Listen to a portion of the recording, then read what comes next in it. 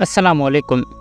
असांखे ॾखिण सिंध में पाटार, पाताल, पाटाली, पाटियारी, पाटारी नाला आम मिलनि था। इन जे नाले सां वाबस्ता लाड़ा जो पाताल बंदर क़दीम वक़्त खां मशहूरु आहे। हज़रत सुलेमान अलैहिस्सलाम जे वक़्त खां पाताल ॾखिण सिंध जो मशहूरु बंदर पे रहियो आहे। यहूदियन ऐं हज़रत सुलेमान अलैहिस्सलाम जे वक़्त खां पाताल जो वापारु ॾूर ॾेहनि सां हलंदो हो। पाताल बंदर जो जग मशहूरु नालो तॾहिं थियो जॾहिं सिकंदर आज़म डेल्टा में आयो। डेल्टा जे हिन शहर पाताल या पाटालीन में सिकंदर आज़म जे हिकु सिपह सालार जंहिंजो नालो हफ़ा एसेशंस हो तंहिं हिते बहरी मुख्य मर्कज़ ठाहिणु शुरू कयो। सिकंदर जे ॾींहं में पाताल जो बादशाह मोइरस सिकंदर जी आण मञी हुई। मोइरस राजा सांबस जे हथ हेठि हुकूमत कंदो हो। सांबस समूह ॼामो हो, सो वतन तां कुसी क़ुर्बान थी वियो। मोइरस सिकंदर जो वॾो साथी थी रहियो। सिंध जा भला ढोर ऐं हाथी पाताल खां मोइरस जे मार्फत यूनान ॾांहुं रवाना थिया। सिकंदर पाताल में रही लखपत खंबात ताईं समुंड जो सैर कयो। सिंधु नदी यूनानी जे एञाण मूजिबि पाताल खां ॿिनि शाखनि में थी वेंदी हुई। हीअ ॻाल्हियूं अॻु जूं आहिनि। पोइ किन बुज़ुर्गनि पेटाला या पटालीन जे लाइ ख़ासि नोट्स ॾिना, जिन मां किन चयो त पेटाला मौजूदु हैदराबाद आहे। किन वरी मुर्गो पीर पठे खे पेटाला बनायो, पर हक़ीक़त जे सभु ख़िलाफ़ रहिया।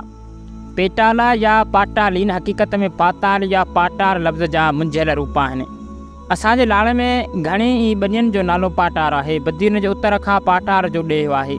मोहाणनि जे ओरकनि मां हिकु ओरक बि पाटारी या पाटार जा सॾिबी आहे, पर पाटाल या पाटार का बदीन लॻ या जातीअ में कोन हुई। हक़ीक़त उहा ख़ुदि सिकंदर आज़म जो सफ़रनामो पाटार खे अञा बि ओभर ॾखणु वठी वञे थो। आऊं उते कुझु अहिड़ो सिकंदर आज़म जो बयानु ॾियां थो जंहिं मां इहा ॻाल्हि वधीक उभरी बीहंदी। पाताल या पाटालीन मां जॾहिं सिकंदर आज़म जो लश्कर प्यादो रवानो थियो, जंहिंसां सिकंदर ख़ुदि बि गॾु हो, सो पहिरीं त सनी मैदान ते पे आयो, पर पोइ जलननि खे वारीअ जे दड़नि सां वास्तो पियो। मिटीअ जे दड़नि सिपाहियुनि खे ॾाढो तंग कयो। उन ते चढ़णु ॾाढो मुश्किल हो। आख़िर हालतूं ॾिसी सिकंदर राति जो सफ़र करणु शुरू कयो ऐं ॾींहं जो आराम कंदो हो। पाणीअ जे ज़ख़ीरनि लाइ पिणु हिननि खे ॾाढी तकलीफ़ थी। आख़िर इन्हनि दड़नि खां पोइ वसंदड़ आबादी में सिकंदर जो लश्कर आयो। इहो लश्कर सामूंडी आरमार जे करे किनारे खे पिणु वेझो हो। हिन बयान मां साफ़ ज़ाहिर थिए थो त पाताल मां निकिरण खां पोइ सिकंदर जो जल्दी थर सां वास्तो पियो। उन मां ज़ाहिर आहे त इहो पाताल बंदर पारे नगर खां ॾखण ॾांहुं हूंदो। हीअ ॻाल्हि बि उन ई लाइ शायदि आहे त पारे नगर खां ॾखण कच्छ जे लॻ कोरी नदीअ ऐं ॿी शाख कच्छ खां उभरंदे खंबात ॾांहुं वेंदड़ हुई। तंहिं करे इहो पाताल बंदर मौजूदा कच्छ जे रण नंगर पार करे उन जे साम्हूं वारे कच्छ जे कंहिं एराज़े में वाक़िअ हो। इहो मर्कज़ी शहर उन वक़्त में मशहूरु ऐं नाले वारो हो। उन जे पाताल खां निकिरंदड़ शाख जा ओलह तरफ़ वेंदी हुई, सा कोरे नदीअ सॾिबी हुई। उन जे करे कोरे नदीअ जे कुन मां केना जो कुन बि लखपत खे साम्हूं ऐं मशहूरु आहे, जिते यूनानियुनि जा जहाज़ अची तवाई थिया हुआ, जंहिंजो ज़िक्र लोक कहाणियुनि में बि पिणु मिले थो। सिंधु दरिया जो क़दीम वहिकिरो बि हाकिरे वारनि हिञाणनि सां वाबस्ता हो। पाताल बंदरो हाकिरे दरिया जे बंदि थियण सां तबाह थियो। हाकिरे खां अॻु सरस्वती नदीअ वहणु बंदि कयो, जंहिं ते यूनानियुनि 1000 फिटल शहर पिणु ॾिठा हुआ, पर उन जो पेट उन वक़्त बि सफ़र जे लाइक़ु हो। हाकिरे जे वहिकिरे जी असांखे हीअ सुध आहे त इहो पारे नगर खां थी कच्छ जे भरिसां अची ॿिनि शाखनि में तक़सीम थींदो हो। हिकु शाख कोरे नदीअ वारी हुई, जा लखपत ॾांहुं ईंदी हुई। ॿी शाख खंबात ॾांहुं वेंदी हुई। पाताल बंदर उन्हनि ॿिन्ही शाखनि जे विच ते हो या कंहिं पासे हो, पर उन मां इहो ज़ाहिर आहे त इहो पाताल बंदर मौजूदा कच्छ जे रण में ॾखण ओभर पासे हाकिरे जे ॿिनि फाटनि वटि हो, जितां अॻे सिंधु नदी बि वहंदी हुई। पाताल बंदर जो नालो हाकिरे सां अटकल 1वीं सदी ताईं ज़िंदा हो, पोइ ख़तमु थी वियो। शाह साईं हाकिरे जे हक़ पराॾे में पाताल जो परांडो ॿुधो हो ऐं मोतियुनि जूं ॻाल्हियूं माण्हुनि खे यादि ॾियारे हुआईं। तॾहिं चयो हुआईं त विया उमी कॾे मुंहुं काथो ॾेई, तन सपूं सूझी कढियूं पातार पेही, पसंदा सही आमुल अखड़ियनि सी। पाताल जो नालो हिंदू धर्मी किताबनि में बि मिले थो। सभु पाताल खे ऊन्हू पाणीअ जी माना सां यादि कंदा आहिनि, पर हक़ीक़तन ऊन्हे पाणी जे भरिसां जो बंदर हो, सो ई पाताल जो बंदर हो।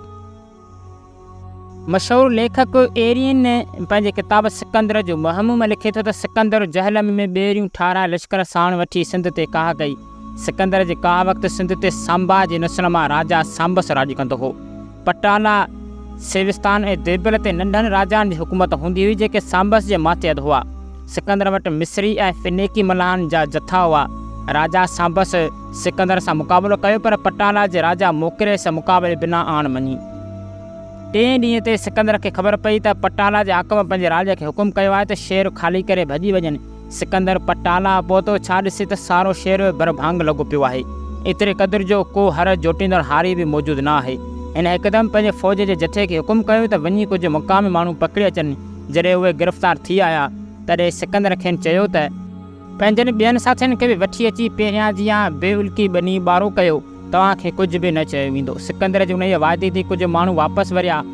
सिकंदर कुझु ॻोठाणा नाखा ॿेड़ियुनि ते खणी दरिया जे वधीक मुआने लाइ समुंड ॾे रुख़ कयो, पर थोरो सफ़र सटण बाद समुंड जे वीर ऐं तूफ़ान हिननि जे ॿेड़ियुनि जे तख़्ता कढी छॾिया। टालमी पंहिंजी जाग्राफ़ी जे किताब में अहवाल करे थो त सारो मुल्क दरिया जे वेकिरे सां अंडू सथिया जे नाले सां कोटिजे थो। त उमेदु आहे त हीउ वीडियो अव्हां सॼणनि खे ज़रूरु पसंदि आयो हूंदो। त वीडियो खे बि लाइक कयो ऐं चैनल खे बि ज़रूरु सब्सक्राइब कयो ऐं वीडियो खे बि पंहिंजनि दोस्तनि सां ज़रूरु शेयर कयो।